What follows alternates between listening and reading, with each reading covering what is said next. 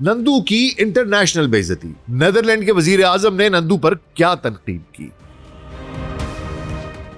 Oslo میں صحافی نے ایسا کیا کہہ دیا کہ پورے ہندوستان میں آگ لگ گئی؟ نندو ایک سپیرا، ایک سانپ پکڑنے والا، یہ مغربی میڈیا نے کیا لکھ دیا؟ بھارت کی سفارتی ناکامی کی وجہ کیا ہے؟ گرتی معیشت بھی کیا ہزیمت کا باعث بن رہی ہے؟ بھارتی معیشت آخر گر کیوں رہی ہے؟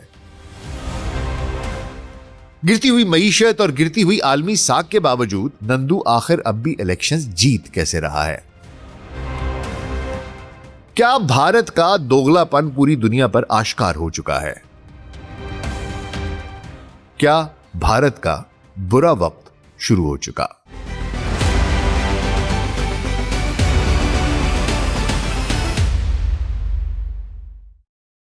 گلوبل سچ پوڈ کاسٹ ڈاکٹر ناصر بے کے ساتھ آپ کی خدمت میں حاضر ہیں جی۔ السلام علیکم۔ 21ویں صدی ایک چوتھائی بیت چکی۔ مسلمانوں کا وہ زوال جو آج سے 1.5-2 صدیاں پہلے شروع ہوا تھا، تھمنے کا نام نہیں لے رہا۔ میں انڈیویجولز کی نہیں، مسلمانوں کی من حیث القوم بات کر رہا ہوں۔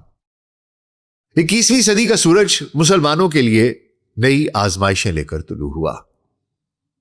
2 روز قبل امریکہ سین ڈیگو میں ایک اسلامک سینٹر پر حملہ ہوا۔ اس سینٹر میں اس وقت 140 بچے تعلیم حاصل کر رہے تھے۔ 8, 9, 10 سال کے بچے۔ بہادر گارڈ اور 2 دیگر مسلمانوں نے اپنی جانیں دیں اور حملہ آوروں کو روکا، اور مزید جانی نقصان نہ ہوا۔ لیکن ذرا سوچئے کہ اگر یہ خبیث کامیاب ہو جاتے تو کیا ہوتا؟ اور اس سب کے باوجود میں دیکھ رہا تھا کہ امریکی میڈیا میں بہت سے لوگ آ کر اس ایکشن کو ڈیفینڈ کر رہے تھے۔ ادھر برطانیہ میں اینٹی اسلام ریلیز نکل رہی ہیں، مسلمان خواتین کو ہراساں کیا جا رہا ہے۔ مشرق وسطی میں فلسطینیوں پر ڈھائے جانے والے اسرائیلی مظالم کسی سے ڈھکے چھپے نہیں ہیں۔ فلسطین کے لیے امداد لے جانے والے فلوٹیلا کو کھلے پانیوں سے گرفتار کیا گیا، یہ کل کی بات ہے۔ اور اسرائیلی وزیر وہ اتمار بن گویر جو ہے ملون، وہ کھڑا ان سب کی تذلیل کرتا رہا۔ انہیں سجدے کی حالت میں لے جا کر زد و کوب کیا گیا، تذلیل کی گئی۔ غزہ میں جو اسرائیل کی گولیوں سے بچ گئے وہ بھوک سے مر رہے ہیں۔ اور مشرق کو دیکھیں تو ہندوستان میں گجرات کے قصائی نے ظلم کی انتہا کر رکھی ہے، جہاں RSS اور BJP کے انتہا پسند ہندوؤں کی جانب سے مسلمانوں کو ہراساں کرنے کی تذلیل کے واقعات اب ایک معمول بن چکے ہیں۔ حضور، سکھ ہو یا عیسائی، پارسی ہو یا مسلمان، بھارت میں اقلیتوں کے خلاف کچھ حد تک تعصب ہمیشہ سے موجود تھا۔ لیکن آج کا ہندوستان ایک ایسے ہولناک دور سے گزر رہا ہے جہاں عدلیہ اور انتظامیہ ہندوتوا فاشزم کے اعلی کار بن چکے ہیں۔ مئی 2026 میں مدھیہ پردیش ہائی کورٹ کا وہ شرمناک فیصلہ اس کی تازہ ترین مثال ہے، جس نے دھار ضلع کی تاریخی 700 سال پرانی بھوج شالہ کمال مولا مسجد کو ہندو مندر قرار دے کر مسلمانوں کو نماز کی ادائیگی سے روک دیا اور انہیں مسجد کی تعمیر کے لیے متبادل زمین تلاش کرنے کا حکم دیا۔ یہ عدالتی فیصلہ تاریخی بابری مسجد کے بعد ہندوستان کی دیگر تاریخی مساجد جیسے گیان واپی، متھرا کی شاہی عیدگاہ اور سنبھل کی جامع مسجد کو مسمار کرنے کا ایک قانونی ہتھیار بن چکا ہے۔ صرف یہی نہیں بلکہ نندو کے وزراء اور ہندوتوا رہنما اب کھلے عام یہ دھمکیاں دے رہے ہیں کہ بھارت کی سرزمین پر کسی کو بھی کھلے عام یا عوامی مقامات پر نماز پڑھنے کی اجازت نہیں دی جائے گی۔ مسلمانوں نے نماز پڑھنی ہے تو اپنے گھروں میں پڑھیں یا مساجد کے اندر، صرف عبادت وہیں کریں۔ یہ بیانات سیکولرزم کے تابوت میں آخری کیل ہے، جو ماضی میں گائے کی حفاظت کے نام پر مسلمانوں کی لنچنگ اور گجرات کے مسلم کش فسادات کے تسلسل کی ایک کڑی ہیں۔ اس جابرانہ نظام میں اگر کوئی صحافی سچ لکھنے کی جرت کرتا ہے تو BJP اور RSS کے غنڈے، IT سیل اور سرکاری ایجنسیاں اس کا جینا حرام کر دیتی ہیں۔ آزاد صحافیوں کو بلیک میل کیا جاتا ہے، ان کے خاندانوں کو ہراساں کیا جاتا ہے اور ان پر غداری کے جھوٹے مقدمات قائم کیے جاتے ہیں۔ 2025 اور 26 کے دوران اب تک درجنوں صحافیوں کو UAPA جیسے کالے قانون کے تحت جیلوں میں ڈالا گیا، جبکہ سدھارتھ ودراجن، کرن تھاپر اور ابسار شرما جیسے نامور اینکرز کو محض حکومت کی انٹیلیجنس ناکامیوں پر سوال اٹھانے کی پاداش میں غداری اور بغاوت کے مقدمات کا سامنا کرنا پڑا۔ فری سپیچ کلیکٹیو کی رپورٹ کے مطابق سوشل میڈیا پر نندو سرکار کے خلاف لکھنے والے ہزاروں اکاؤنٹس کو بلاک کر دیا گیا تاکہ فاشزم کے خلاف اٹھنے والی ہر آواز کو کچلا جا سکے۔ ہم نے آپ کو بتایا تھا کہ نندو مختلف ممالک کے دورے پر تھا کہ خام تیل کی گرتی ہوئی سپلائی اور اپنی گرتی ہوئی معیشت کو بچانے کے لیے ابوظہبی اور یورپی ممالک کی مدد حاصل کر سکے۔ لیکن نندو کا یہ دورہ شدید تنازعات کی زد میں آ گیا اور پوری دنیا میں چگ ہسائی کا سبب بنا۔ بھارت کی معیشت کی طرح پوری دنیا میں اس کی ساکھ بھی تیزی سے گری، لیکن گرتی معیشت اور بین الاقوامی ساکھ کے باوجود نندو ہندوستان میں الیکشن پہ الیکشن جیت رہا ہے۔ اس کے پیچھے کیا محرکات کار فرما ہے؟ آج کے اس پروگرام میں اس سب پر بات ہوگی، تو حضور اگلے 10 سے 15 منٹ کے لیے دھیان ذرا ادھر، اور اگر ہمارا کنٹینٹ پسند آ رہا ہے تو ویڈیو کو لائک اور چینل کو سبسکرائب کر دیجیے گا۔ تو آئیے آغاز کرتے ہیں۔ مئی 2026 میں نندو نے متحدہ عرب امارات، نیدرلینڈ، سویڈن، ناروے اور اٹلی کا ایک انتہائی اہم اور ہنگامی سفارتی دورہ کیا۔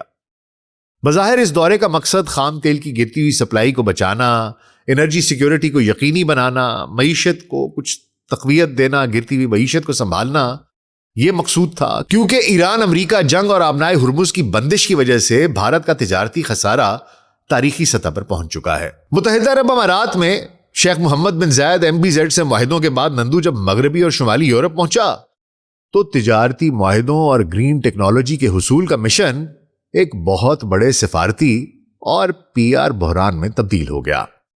اس دورے کا سب سے بڑا تنازع نیدرلینڈز میں اس وقت سامنے آیا جب ڈچ وزیر اعظم راب جیٹن نے نندو سے ملاقات سے قبل مقامی میڈیا ڈی واکسکرانٹ سے گفتگو کرتے ہوئے بھارت میں انسانی حقوق کی سنگین پامالیوں پر گہری تشویش کا اظہار کیا۔ ڈچ وزیر اعظم نے واضح الفاظ میں کہا کہ بھارت میں نہ صرف پریس کی آزادی خطرے میں ہے بلکہ وہاں مسلمان اور دیگر اقلیتیں شدید ترین ریاستی دباؤ اور ظلم کا شکار ہیں۔ جب ڈچ صحافیوں نے نندو سے اس متعلق مشترکہ پریس کانفرنس میں سوال پوچھنا چاہا تو روایت کو برقرار رکھتے ہوئے نندو نے پریس کانفرنس سے ہی کنارہ کشی اختیار کر لی۔ اس پر ہندوستانی وزارت خارجہ کے سیکرٹری برائے مغربی امور سبی جارج نے سخت برہمی کا اظہار کرتے ہوئے ڈچ وزیر اعظم کی تشویش کو یہ کہہ کر مسترد کر دیا کہ مغربی دنیا بھارت کے جمہوری اور تمدنی ڈھانچے کو سمجھنے سے بالکل قاصر ہے اور وہ چند جاہل اور بدنام زمانہ NGOs کی رپورٹس پر تکیہ کیے ہوئے ہے۔ نیدرلینڈ کے بعد یہ سفارتی بحران اس وقت ایک عالمی تماشے میں بدل گیا جب نندو ناروے کے دارالحکومت اوسلو پہنچا۔ ناروے، جسے رپورٹرز وداؤٹ بارڈرز کی جانب سے دنیا میں آزادی صحافت کی درجہ بندی میں پہلا مقام حاصل ہے، وہاں نندو اور نارویجین وزیر اعظم جوناس گاہر سٹور کے مشترکہ پریس بیان کے بعد مودی نے ہمیشہ کی طرح صحافیوں کے سوالات کے جوابات دیے بغیر پوڈیم سے واک آؤٹ کرنا شروع کر دیا۔ اسی لمحے نارویجین اخبار ڈاگ سیویسن کی نڈر اور معروف صحافی ہیلی لنگ سوینسن نے پورے ہال میں نندو سے بآواز بلند وہ سوال پوچھا جو دیکھتے ہی دیکھتے پوری دنیا میں وائرل ہو گیا۔ وزیر اعظم مودی، آپ دنیا کے سب سے آزاد پریس کے سوالات کا جواب کیوں نہیں دیتے؟ اور حضور نندو حسب عادت اس سوال کو مکمل طور پر نظر انداز کر کے آگے بڑھ گیا۔ اس نے پوری دنیا کے سامنے دنیا کی سو کالڈ سب سے بڑی جمہوریت کے اس بھیانک سچ کو بے نقاب کر دیا کہ نندو نے 12 سالہ دور اقتدار میں ایک بھی سولو پریس کانفرنس منعقد نہیں کی۔ اسی سال کی عالمی پریس فریڈم انڈیکس کی رپورٹ کے مطابق بھارت 180 ممالک میں 157ویں نمبر پر ہے۔ یہ میں آپ کو بتا دوں کہ یہ پاکستان سے نیچے ہے۔ اچھا، تو حضور اس حد تک آمیز رویے کے بعد اوسلو میں ہندوستانی وفد میں جو وزارت خارجہ کے ترجمان سبی جارج تھے اس نے پریس کانفرنس کی تو یہی صحافی ہیلے لینگ نے اسے بھارت میں اقلیتوں پر ظلم اور فاشزم کے سوالات پر آڑے ہاتھوں لیا۔ اب سبی جارج اس پریس کانفرنس میں باولا ہو گیا، بالکل لاجواب، بوکھلاہٹ کا شکار اور بے ربط گفتگو کرتا نظر آیا، جس کے پاس سچ کا سامنا کرنے کے لیے کوئی الفاظ نہیں تھے، بار بار آئیں بائیں شائیں کرتا رہا۔ اور حضور حد تو تب ہو گئی کہ اس واقعے کے فوراً بعد اس نارویجین خاتون صحافی کے فیس بک اور انسٹاگرام اکاؤنٹس کو معطل اور بلاک کر دیا گیا، جس سے یہ واضح ہوتا ہے کہ فیس بک کی جو میٹا ہے اور عالمی سوشل میڈیا مونوپولیز ہیں، ان پر نندو کے یار ملون یاہو کا کتنا گہرا اثر و رسوخ ہے، جو نندو مخالف ہر آزاد آواز کو ڈیجیٹل دنیا سے غائب کر دیتا ہے۔ آپ سوچئے کہ جس نے دنیا کی آزاد ترین پریس کی ایک رپورٹر کی آواز بند کر دی، وہ اپنے ملک میں کیا کرتا ہوگا۔ خیر حضور، سفارتی محاذ پر اس ذلت کے ساتھ ساتھ مودی کو یورپی میڈیا میں شدید تضحیک کا سامنا بھی کرنا پڑا۔ ناروے کے ایک بڑے اخبار نے مودی کے اس دورے پر ایک انتہائی متنازع اور نسل پرستانہ کارٹون شائع کیا، جس میں نندو کو ایک روایتی سپیرے، ایک سنیک چارمر کے روپ میں دکھایا گیا، جس کے ہاتھ میں ایک بین ہے اور سامنے ایک سانپ نما پیٹرول پمپ کی پائپ۔ اخبار نے اس موضوع کا عنوان ایک چالاک شخص جس سے آپ کو چڑ چڑھنے لگتی ہے، A clever and slightly annoying man رکھا۔ اور حضور یورپی میڈیا کے ان پے در پے واروں نے نندو، اس کی پوری انتظامیہ، پورے ہندوستان کو بوکھلاہٹ میں مبتلا کر دیا۔ خیر حضور، مغربی میڈیا کی بات کروں تو ویسے تو مغربی اور یورپی میڈیا بھی غزہ میں اسرائیل کی جانب سے جاری بدترین نسل کشی جو جینوسائیڈ ہو رہی ہے اس پر عام طور پر چپی سادے رکھتے ہیں، لیکن جس بے شرمی سے نندو نے اسرائیل جا کر نسل کشی کے مرتکب اس ملون یاہو کو جپھیاں ڈالیں، اسے فادر لینڈ مدر لینڈ پتہ نہیں کیا کیا رشتے نکالنے چاہے، ویسی بے شرمی دنیا میں ابھی تک کسی اور ملک نے نہیں دکھائی۔ اور حضور پوری دنیا بالخصوص میڈیا میں اس کا بہت منفی تاثر گیا، اور یہی وجہ ہے کہ اس کی خنث انہوں نے ابھی نکالی۔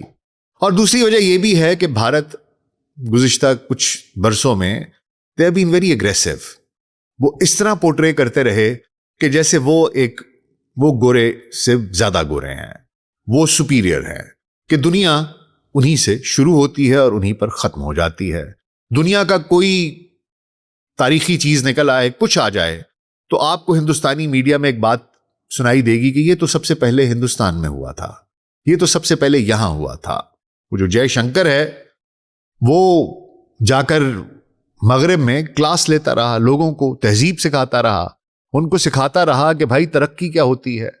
ان کی ایروگنس آسمان پر تھی، وشو گرو اور شائننگ انڈیا کا ڈنکا بج رہا تھا۔ یہ سارا کچھ مغرب بڑے غور سے دیکھ رہا تھا، جیسے کسی ایک نودولتیے کی آپ حرکتیں دیکھتے ہیں جس کے پاس ایک دم سے پیسہ آ جائے تو اس کو سمجھ نہیں آتی کہ میں کیا کروں۔ تو ان کا بھی ویسا ہی حال تھا۔ اسی وجہ سے اب جب ان کو موقع ملا اور ان کو علم بھی تھا کہ اس کا اپنا گھر کیا ہے، اس کے گھر میں کیا گند مچا ہوا ہے، اس کا اپنا کردار کتنا گندا ہے، تو انہوں نے اسے آڑے ہاتھوں لیا۔ دیکھیے حضور، نندو کا اپنا ہندوتوا میڈیا، جسے بھارت میں گودی میڈیا، لیپ ڈاگ میڈیا کہا جاتا ہے، وہ تو اپنی تمام تر ساکھ کھو چکا ہے۔ کارپوریٹ ہاؤسز کے زیر اثر یہ ٹی وی چینلز اب صحافت نہیں بلکہ بی جے پی اور آر ایس ایس کے پروپیگنڈا مشین بن چکے ہیں۔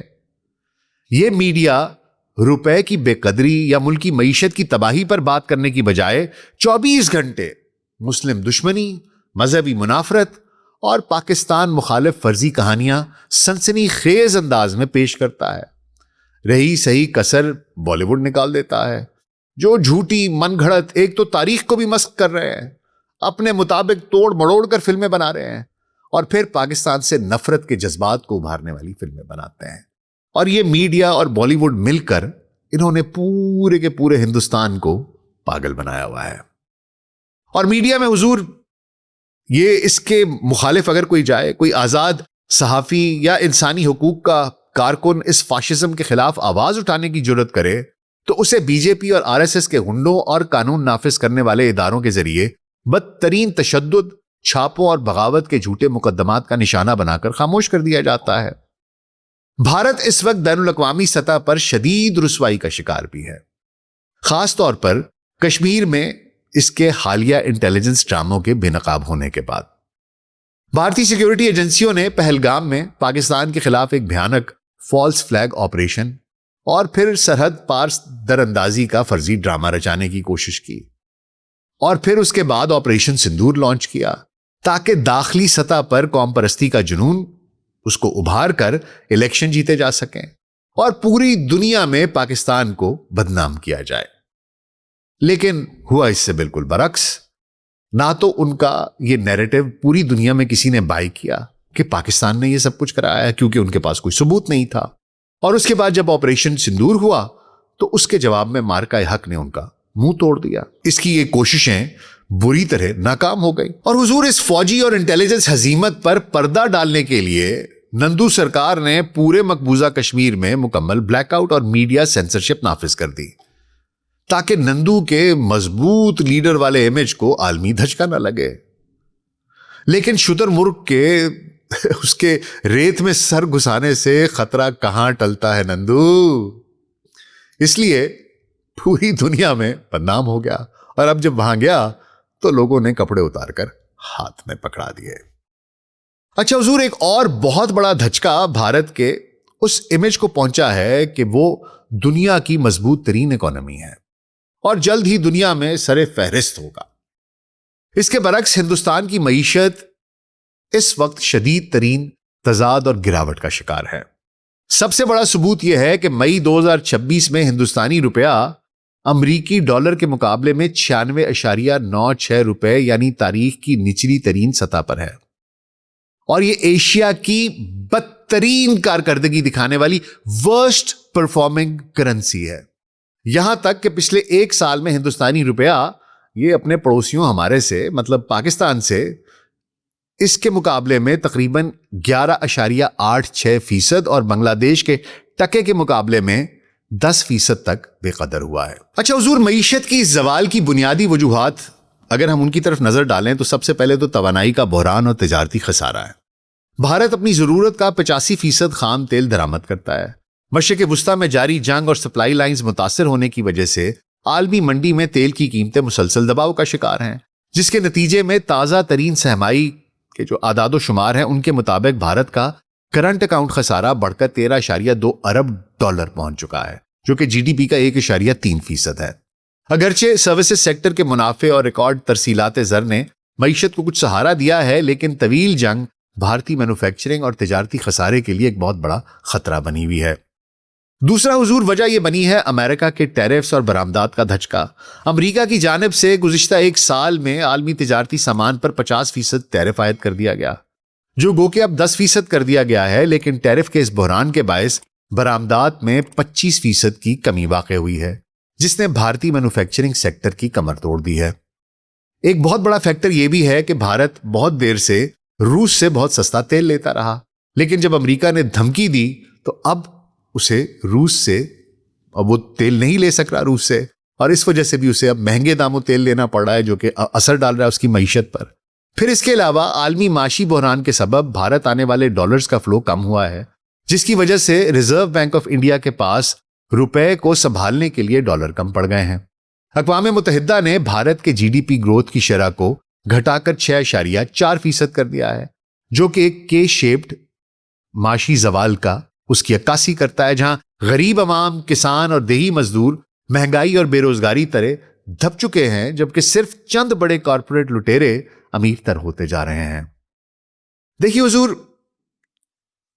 اس سب کے باوجود کہ معیشت گر رہی ہے، روپیہ ریکارڈ گرا ہے، پوری دنیا میں جا گھسائی ہو رہی ہے، لوگ کال آؤٹ کر رہے ہیں انسانی حقوق کو لے کر، میڈیا کی آزادی کو لے کر، آزادی صحافت کو لے کر، لیکن سوال یہ پیدا ہوتا ہے کہ اس معاشی تباہی، بین الاقوامی رسوائی اور گرتی ہوئی کرنسی کے باوجود نندو مئی 2026 کے حالیہ صوبائی انتخابات کیسے جیت رہا ہے، جہاں بی جے پی نے مغربی بنگال جیسے مضبوط سیکولر قلعے میں 294 میں سے 207 نشستیں حاصل کر کے ممتا بینرجی کی 15 سالہ حکومت کا خاتمہ کر دیا ہے۔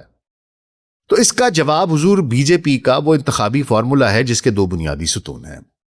پہلا ستون ریاستی مشینری کا بے دریغ استعمال اور ووٹر لسٹوں کی سرجری ہے،